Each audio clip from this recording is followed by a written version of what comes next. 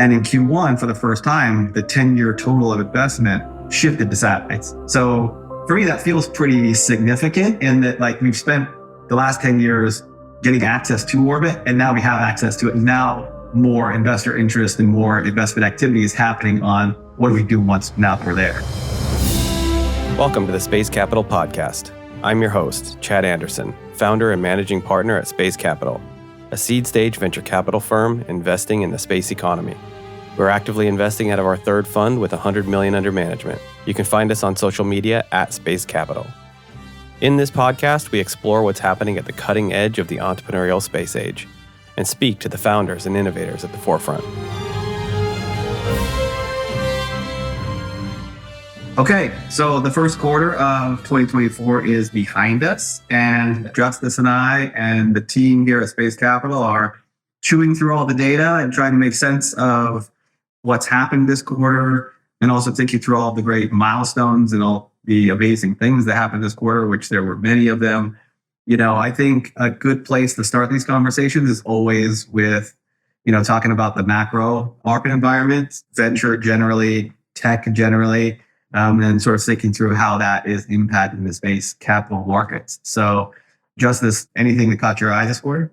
I mean, I'm just catching up on a couple of reports that have come out from Crunchbase and PitchBook, and I think the consensus is that deal activity, volumes, flows is the lowest since 2018, actually.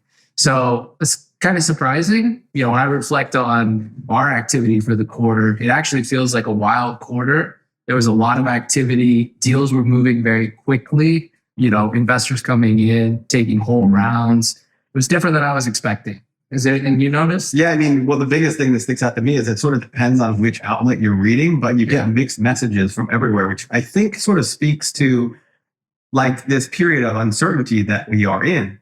We've had a couple of years of really tough times in the financial markets and investing generally.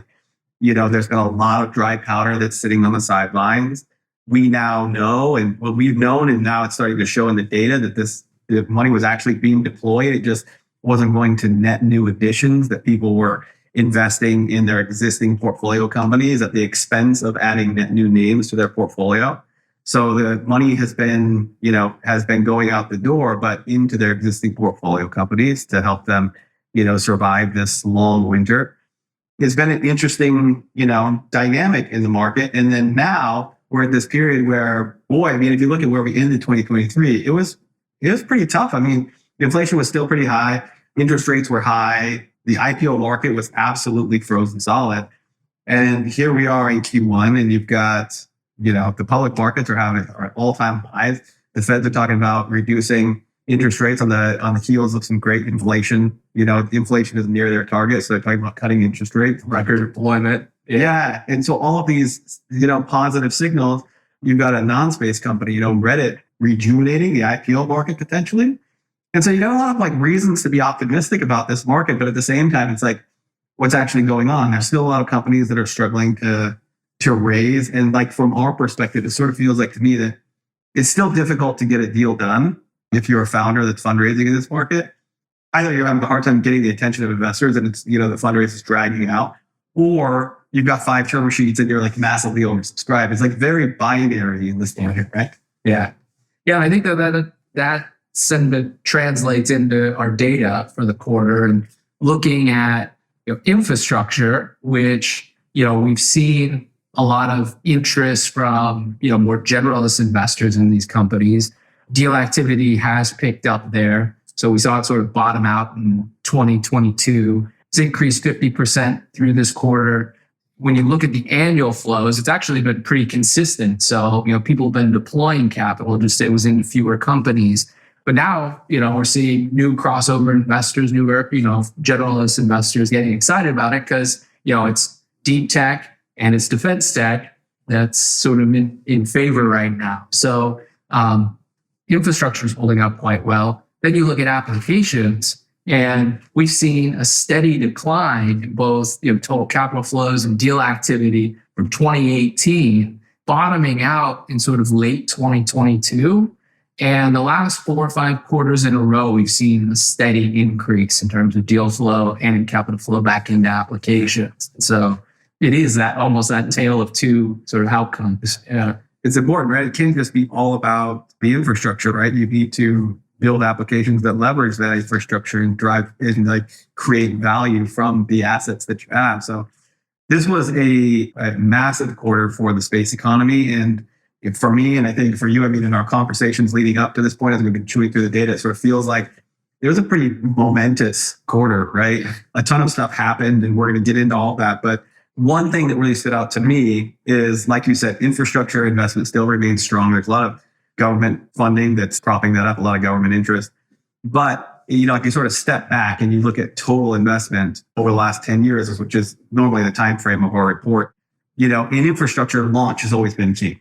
All the money has gone to launch. And why is that? Because it's a nascent market category. At first, you need to get to orbit. You need to get, you know, so it makes sense that in the earlier years that all the money was in like laying the railroad tracks, right? And in Q1, for the first time, the 10-year total of investment shifted to satellites. So for me, that feels pretty significant, in that like we've spent the last 10 years getting access to orbit, and now we have access to it. And now more investor interest and more investment activity is happening on what do we do once now that we're there. I mean, we've seen that story directly. It takes a while for that 10-year number to catch up, but we see founders leaving, you know, launch companies to go start, you know, satellite companies. We see early stage companies being formed and growing. But now it's great to see like those big ships over a longer period of time. Yeah. Okay. So another big one was in applications. SpaceX lowered the barriers to entry, made access affordable, accessible. We saw a whole lot of small satellite companies coming online, and most of those were Earth observation companies developing, you know, generating really valuable geospatial data, powering the world's largest industries. We have not seen a lot of applications being built on top of that infrastructure, even though we've been launching a ton of new satellites. We've got this unprecedented amount of data that is coming down from orbit. We've invested in companies like Skywatch that are aggregating that data and making it more easily accessible for application developers to build end user applications on top of it, which has been great. It's now sort of seems like people are starting to build there. Investment dollars are going there. Founders are starting to build there, and we're starting to see growth in geospatial applications. It overtook satellite communications applications for the first time. So in the application side, still pretty low volumes over the last couple of years. It's starting to increase, and we're starting to see more innovation happening on the geospatial side, which I thought was kind of interesting too. Yeah. Super exciting. What are some of the other big milestones, right, that you saw this? I mean, there was a laundry list of incredible milestones achieved in this quarter. So, I mean, SpaceX far and above, you know, has been executing. I mean, that team there is absolutely incredible. We talked about it reflecting on 2023. I mean, just right out of the gate, Falcon 9 launched 32 times in the first quarter. That's more than everyone else in the world combined. I mean, just think about that. That's absolutely incredible. Next to that, they flew and they set a new record with reusability on a booster, hitting 19 times. That was a tie, actually. But that was still tied for, I mean, 19 flights on the Saints booster is also pretty exceptional. Okay. Starship, third attempt, reached orbital velocity. We could talk more about Starship. We've been giving a lot of thought to that. We can touch on that separately. Starlink passes 2.6 million subscribers. Latency is improving significantly. So 33 milliseconds, getting much closer to their 20 millisecond target. They launched their direct-to-cell satellites, and they're in short order, like next 4 or 5 days afterwards, did a text message through that network. The Star Shield also announced that they're building spy satellites for the U.S. government. I think they announced that they're selling their laser intersatellite links. And then, I mean, there's Transporter 10. So that's SpaceX just in one quarter. Yeah. It's mind-blowing. Yeah. And there's a ton of like really interesting developments there that are really fun to talk about. And I mean, we could talk all day about how Starship is going to revolutionize the space economy and is going to do as much here as Falcon 9 has done over the last 10 years. Starship promises to do even more. And that's all really fascinating stuff. I think, the consensus here amongst the team is sort of that the most interesting from a business and sort of investment perspective is that direct to sell, right? Satcom is just such a huge piece of the overall space economy. It has been historically and will continue to be. Most of the dollars and the revenue here are focused on SATCOM. We know SpaceX, when they, were looking for business opportunities to help fund their plans to get to Mars, where did they go? They went to SATCOM and Starlink, right? So this was huge. The fact that they are partnered with T-Mobile, that the FCC has approved the ground rules and the frameworks for satellites, companies leveraging terrestrial networks and being able to send, direct from satellite to phone is huge. The framework's now in place. And, as you like to say, we're now seeing the emergence of a ubiquitous network fabric, like there is a redundant internet backbone in space that they are now selling to other people access to this because it's functioning so well, such low latency, such great bandwidth, such great pricing. And just to put a final sort of pin on this, there was some great consulting work that was done this quarter that looked at the broadband, like the prices of broadband and what Starlink and other next generation satellite constellations are doing on the comms front is just sort of structurally is completely changing the way in which we're going from wholesale purchasing of satellite communications to now more solutions and services for consumers and enterprise. And so anyway, massive transformation, massive opportunity, a ton that was going on there. Not to even mention Illyria, the Google parent Alphabet spin out that also unveiled and demonstrated, their mesh network using satellite, internet satellite laser links. So massive quarter for direct to cell for satellite communication. Yeah, I mean, that ubiquitous connectivity is super important, but also resilient communications. I mean, how many times we look at our phone and, you have spotty connectivity or you can't rely on it. It changes the way you think about, relying on service and how you make decisions and how you automate business operations if you get to a point where you have near 100% uptime. And that's the world that we're moving to. And it is happening very quickly. So, we're really excited about that. Finding those unique applications that leverage that ubiquity or that, resilient communications. I mean, they look a lot like, traditional companies. They're digitizing our physical world. They're helping automate industrial processes. So, we're excited and eagerly, looking for opportunities in that area. That John Deere deal with Starlink was so huge, and it feels like it's the first of many that's going to be coming up, that we're going to hear about in the near future. There's just such a huge opportunity for enterprises to, like you said, to build a resiliency, to use enhanced PNT services, enhanced communication services, and enhanced geospatial intelligence services for business operations, particularly in remote areas, but kind of that goes across the board. So, yeah. So SATCOM was big. I want to go back to some of those other big milestones, though. And I'll just quickly move through them because I think there's a key takeaway here. So, I mean, Intuitive Machines, they're near successful lunar landing. Varda, successful re-entry, super exciting. Impulse Space and their successful orbital transfer demonstrations. Muon Space and their 2 successful demo missions. MethaneSat, so philanthropically funded mission. First satellite up on orbit. Our partner Tom helped orchestrate that. Johnny as well. Incredible that data is now going to be a foundation of truth to be able to understand and monitor what's happening in our climate. And so the reason I like to highlight those is showing execution beyond just SpaceX, that it's actually transferring broadly across the industry. I mean, a few years ago when we were seeing first satellites go up, the failure rate was something like 80%. It was actually even higher than that, but 80% is a good number. Depends on the time period. Yeah. Sometimes it was much higher. Yeah.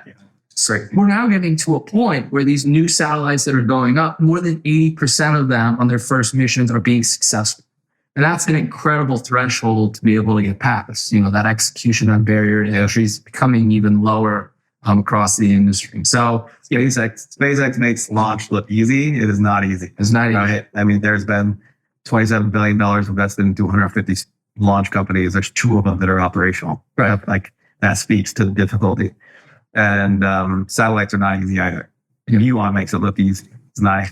But this rate of innovation is forcing, behavior change and policy change at, the government level, away large scale organizations are being run. We're seeing launch and re-entry authorizations changing. We're seeing spectrum utilization changing, space traffic management, all that shifting. So, for me, this quarter felt like an inflection point, a real scaling up and acceleration of what's possible.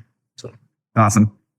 Okay, so we should probably talk about launch of the 2 new vehicles that came online, right? So ULA's Vulcan launched for the first time, launched the first American spacecraft to the moon in the last 50 years. Orion Space is the most powerful private Chinese launch vehicle. So 2 new vehicles came online, which is great because we could use more of them. Competition is good in the market. By the way, that booster that flew the record-tying 19th time had previously flown the Intuitive Machines lander, which did a soft-ish landing on the moon. Just to sort of touch on Starship one more time, that was like the biggest, most impressive display. Incredible what they are able to do and like how fast this test program is progressing.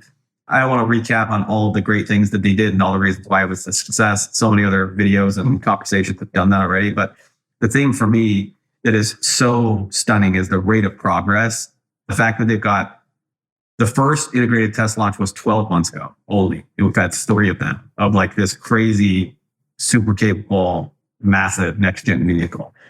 They have Starlink terminals on board, which like is so fun that they take us along for the ride and let us see everything. But also those terminals are bringing back tons of really great data that are going to allow them to iterate faster and do this faster. And you have this like massive event of this huge launch, and how amazing is that? And you don't have to wait a year, 2 years, not even 6 months. We're waiting 6 weeks. They've got other ships and other boosters lined up and ready to go. And we might see the next, the 4th Starship launch before this report even goes out. Yeah. It's so wild. So super exciting stuff on the launch front. Anything more there that you want to touch on? Well, we've been giving a lot of thought to Starship because it's gained a lot of attention, and we're trying to unpack, some of the dynamics at play here. A lot of people have talked about, how big it is, how unique and what it's designed to achieve. But I think very few people, there's been a lot of talk about the price. There's a lot of expectations in the industry that price is going to dramatically come down. And I think, we're starting to formulate, I guess, maybe 3 ideas that are worth mentioning. So price reduction, particularly early on when this thing becomes commercially available, is going to be less than people are expecting.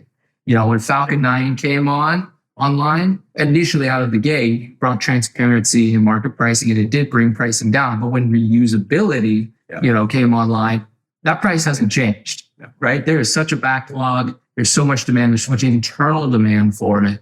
It's unlikely we're going to see, the reduction that a lot of people are expecting. Without competition coming online. Yeah. Case, As, it will change the way things are built because it's changing the paradigm from, mass efficiency to now having, more volume and more capability. So you can get the engineering constraints are just fundamentally different. So it is going to change the way things are built. And I think, the last thing is no one's really ready for the changes that are coming. And I mean that at the academic level, what's being taught in schools is they're not even thinking about how these engineering constraints will change. A lot of founders are just now starting to think, they're building systems for the launch architecture that we have now. So until we see it, like the supply chains are not going to be able to, adapt to the scaling up or the different types of components that are being used. So there's a lot of ripple effects here that are just starting to emerge. So we're giving a lot of thought to it. And I think it's going to be a really interesting question. Okay. Well, look, on the exit front, pretty interesting stuff too. So this is kind of like, for me, I always like to think about, we've added a new path to exit section in our report. I think there's some really interesting data in there that you can't find anywhere else. One of the charts that we really like is the one that talks about the most valuable private companies. And if you look at that, you see, SpaceX is the most valuable infrastructure company. They're downplaying a public offering or of Starlink even. You've got Maxar was just recently taken private, the 3rd most. Blue Origin is wholly owned by Jeff Bezos. So, the exit there is, don't expect to see anything there. But Sierra Space is the fourth most valuable private company on the infrastructure side. They recently spun out the Sierra Space. They took a significant amount of capital into that company. And then in the quarter, they were, the CEO was talking about how they're prepping for an IPO. Astroscale is, getting ready to IPO on the Japanese exchange. And so you start to like combine that with what we started with, with Reddit, kind of unfreezing, rejuvenating the IPO market. You start to see more companies in general tech, but also some space companies thinking about going public. That's pretty exciting stuff. And on the acquisition front, there was a big, BAE acquiring Ball Aerospace was a massive deal, not just in terms of dollars, but in terms of like Ball Aerospace is some pretty interesting work and working on some pretty, interesting capabilities. So that transaction was really interesting to see. And we've got a whole slew of them that are teed up to go, that are pending, that are going to happen in Q2 or later this year. So, I think I'm really looking for, and I think, the team's really interested in looking at the exit environment and seeing what happens and what plays out as this year progresses. Yeah. There were a number of PIPE transactions in the quarter that show public, private market investor demand for these sort of newer space companies, right? So Rocket Lab, Intuitive Machines, AST, all brought in private capital. Yep. And, I think that further reinforces your point. What else did we know? I was like looking at a couple transactions in the quarter. There was two that stood out to me that sort of encapsulate the story of what we've been talking about. The first one, K2 Space, massive $50 million Series A round led by Altimeter. I think it shows the excitement around what Starship is creating. People are still trying to figure out what the use cases are. Bigger satellites is a clear example of what that could be. I think that transaction also shows, a multi-stage generalist that doesn't typically invest in deep tech, getting excited and coming in and, leading around in deep tech. So, more capital interested in these opportunities, willing to deploy capital here is net positive, story for the space economy. Exadigo, so Series A, $105 million round led by Greenfield Partners. I really like this one because we're starting to see these high value geospatial applications that are being developed. So in particular, this company is leveraging sensor fusion and AI to build precise maps, of the underground. And, it's a really, interesting example of how we think about geospatial technology and how it complements satellite data and the importance of fusion and AI to actually unlock that value. So that was a very large round and an interesting company. Again, kind of going back to where we started this conversation, right? We're in a strange time. We're kind of in unprecedented, uncharted territory with regards to markets. And given what's happened over the last few years and where we are currently, it sort of feels like the market could go in any number of directions. I'm really interested to see how some of like this exit environment, so this exit activity plays out. Excited to see what impact, these Fed rate cuts have on the public markets, to see if other companies can be successful going public and demonstrating significant, strong performance, to sort of like shake off the sort of negative sentiment around the SPACs that happened a few years prior. There's the number of acquisitions continues to be pretty high, although they're pretty low value acquisitions. There are a few like big standouts. We talked about a couple of those already, but for the most part, deals are getting done, but at low values. What impact does the public market performance have on private market valuations? I expect to see some positive movement there. I think we start to see some more acquisitions that are the types that investors want. So for me, looking forward, those are the types of things that I'm going to be looking for this year to see how things shake out. I'm really curious to see where things go.